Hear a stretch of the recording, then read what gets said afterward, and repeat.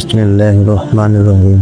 এটা সেই ভূমি যেখানে আকাশ থেকে প্রথমবার নেমে এসেছিল আল্লাহর বাণী। এটা সেই মাটির টুকরো যেখানে একজন মানুষ থেকে একজন নবীর যাত্রা শুরু হয়েছিল। এটা সেই পবিত্র স্থান যেখানে তিনি মানবজাতিকে দিয়েছিলেন শেষ উপদেশ। হ্যাঁ, আমরা কথা বলছি সৌদি আরব নিয়ে এবং হযরত মুহাম্মদ সাল্লাল্লাহু আলাইহি সাল্লামের জীবনের সেরা মুহূর্ত নিয়ে। একাকী নির্জন পাহাড়ে হেরা গুহায় ধ্যান করেছিলেন এক মহামানব, তিনি আমাদের হযরত মুহাম্মদ সাল্লাল্লাহু আলাইহি সাল্লাম। হঠাৎই অন্ধকার গুহায় উদিত হলো নূরের ঝলক। নামলেন ফেরেশতা জিবরাইল আলাইহিস সালাম। প্রথম ওহী, ইকরা বিসমি রাব্বিকাল্লাযী খালাক। এই মুহূর্তে তার নবুয়তের সূচনা হলো। পৃথিবী পেল আলোর পথপ্রদর্শক।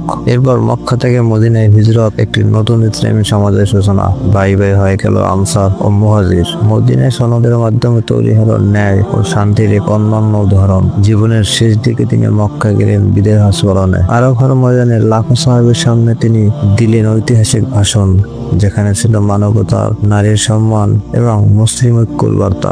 এখানেই নাজিল হয় ওই আয়াত, আজ আমি তোমাদের জন্য দিনকে পূর্ণ করলাম, সূরা মায়েদা, যা আজ আমাদের হৃদয়ে জাগিয়ে তোলে ঈমানের আলো। প্রিয় ভাই ও বোনেরা, ইতিহাস জানো, বোঝো এবং ছড়িয়ে দাও। আল্লাহ আমাদের সবাইকে নূরের পথে চলার তৌফিক দান করুন, আমিন।